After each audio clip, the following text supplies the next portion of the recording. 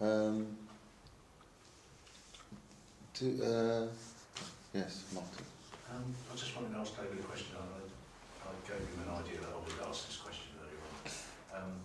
You were saying, David, that you're a governor at 2 local schools, and usually the next step in terms of leadership is to stand for a position as a local councillor. I just wondered whether you thought of that, and if so, which of the parties would you like to be a part of, or would you prefer to stand as an independent candidate?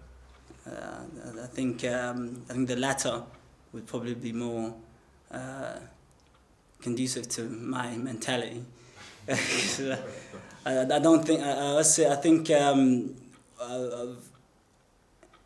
wouldn't be able to take the party whip. I think the decisions are not black and white. They're not a Tory stance or a Labour stance, and I see it when I see certain politicians. They say something and they go, "Oh, that's good," and then they have to retract it a couple of days later or a couple of hours later, simply because the command said that that's not party line. And I don't think that I'm not really impressed by party politics. I don't think that a Democrat can ride that tiger, really.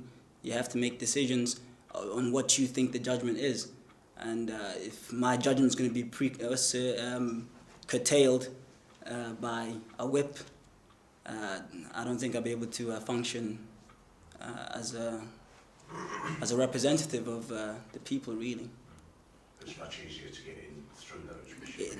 I think it is. I think it is. But at the same time, I think there's a lot of people. Everyone says that politicians, they go in there for the right reasons, and I think they do.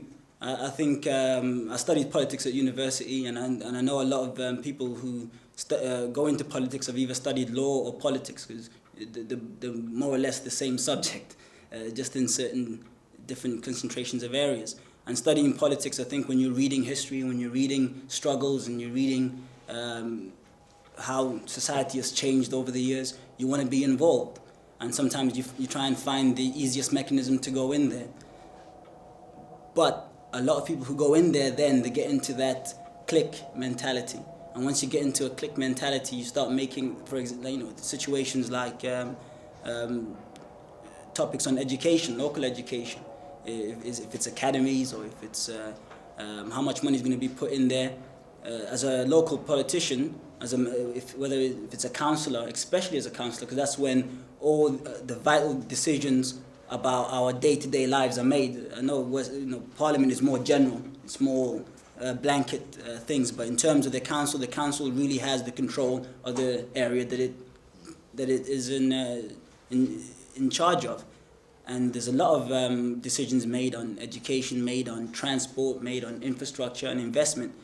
And if anyone's going to make a decision, I think they should make a decision on the facts rather than on political points. And I think we get hurt as a community and as a society when decisions are made on party points rather than on facts. So I would go as an independent if I did. As an independent, I wouldn't be able to go into the Labour Party because, first of all, they call themselves a socialist party, but they're not. Anymore, or they still claim to be.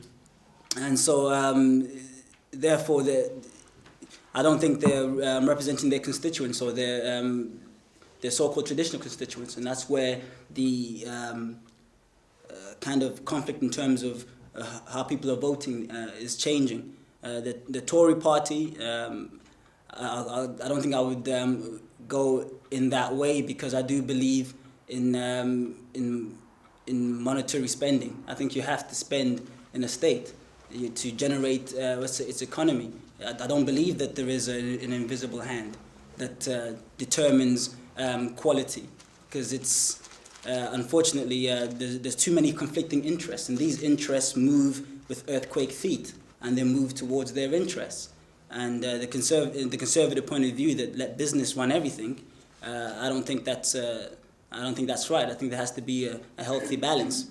The Liberal Democrats, I would probably associate myself in terms more closely with them. I have voted, and every time I voted, I've always voted for the Liberal Democrats because I've always thought that they're closest to my interests. But at the same time, you have to still be under a whip. And if there's a decision to be made in the council that affects young people, that affects old people, that affects our health, I want to be able to. I want to feel that if I make a decision, I'm not going to be isolated by my so-called colleagues. But if I'm an independent, I'll tell you're part of you're part of a council, and you're a constituent part, and your colleagues can respect you or not respect you. But as an independent, they'll respect you on your decisions. Or you'll demand they respect you on your decisions because you'll have your say. So you decide each case on its. You have to discuss. I think you have to. That's how business people do it. That's how. Taking his Colin's point earlier on about lack of people from black and minority ethnic communities becoming councillors, I think we've got 17 out of 63, I think is the figure at the moment. I think 2 of them are black, aren't they? From black and minority ethnic communities. Do you think it's important for people within those communities to see role models as other councillors, to give them the impetus they need to be interested in doing that sort of thing? Certainly, I think so. But if there's any inference in your question that then therefore they must go into a party, then it'd be defeating the object, because if they're compelled to make decisions which are against the interest of the people, or which is perhaps not conducive to what the local people think is the way, in a certain case, it may not be in every case, but in a certain case, then they'll just say, like, for example, I think what that other man was saying about David McLean, you'd fall into that trap, and then you wouldn't be a role model anymore, you'd be a patsy. And no, but that doesn't mean that that's necessarily the case. People have got, if people still want to go in there, I still see David McLean as a role model, personally myself. I think anyone who's willing to stand up and on the razor's edge of decision, depending, it's like they say that you judge a person by their friends. If you don't like his friends, then you're not going to like him really. So, but I think independence can still win. I think I would still consider any councillor, member of parliament, whatever, a role model if he is functioning successfully and effectively.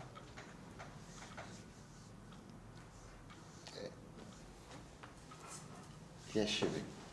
To do with kind of young people and their involvement in politics, I'm currently studying politics. I know a lot of the people in my class were kind of interested in it, as we know, like, it has a great impact on our lives. But I think a lot of us we just learned about the kind of first past the post system, and how, only the party with the most votes kind of gets represented, and how, kind of a lot of the way society is constructed, that's not really shown in Parliament in terms of like ethnic minorities and women as well. So, a lot of us are reluctant to vote, let alone get involved in politics. What would you say to those of us? First of all, I would say that I like first past the post. I do. I think it shows a decisive act. It shows a decisive decision. If you have alternative vote or proportional representation, and you have seconds and thirds all being taken into play, I think it kind of personally, I think it negates from judgment. But whereas you have whoever's got the most, it's almost like a horse race. Whoever is in front, I think shows it shows that they're the most effective. Whether they're the most effective in the wrong way against your interests, I think that's an element of politics. But if you're able to get out your vote, if you're able to get people to support you, then you shouldn't be curtailed just because you haven't got a plurality.